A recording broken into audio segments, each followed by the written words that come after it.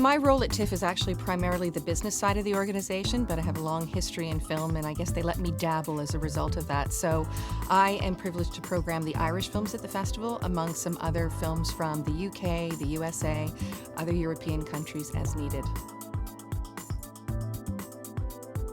With my role being to choose the Irish films, it might have been an idea for me to have actually visited Ireland at some point, so that happened for the first time this May. I made my first trip to Dublin. I met a lot of the filmmakers and producers whose careers I followed, and met some young, hot new ones as well. So I think for me that was probably a highlight of my job as a programmer this year at TIFF, was actually getting to the country that I represent for the first time.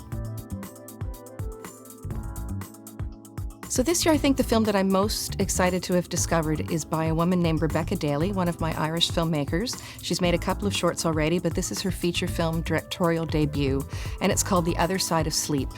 And it's a young woman who's haunted by dreams and possibly real experiences about the disappearance of a young girl in their community.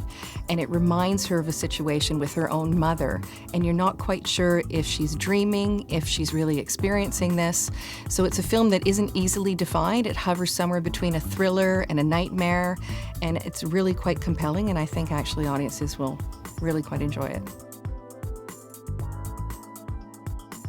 My hidden gem this year is also from Ireland, by a filmmaker named Ian Fitzgibbon, who's been to the festival before with two very different films from the film he brings us this year, which is called Death of a Superhero.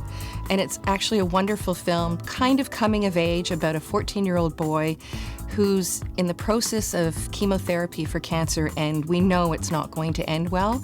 And his support group isn't enough for him, and he finds more solace in his own comics that he draws, and these superheroes that come to life actually help carry him through.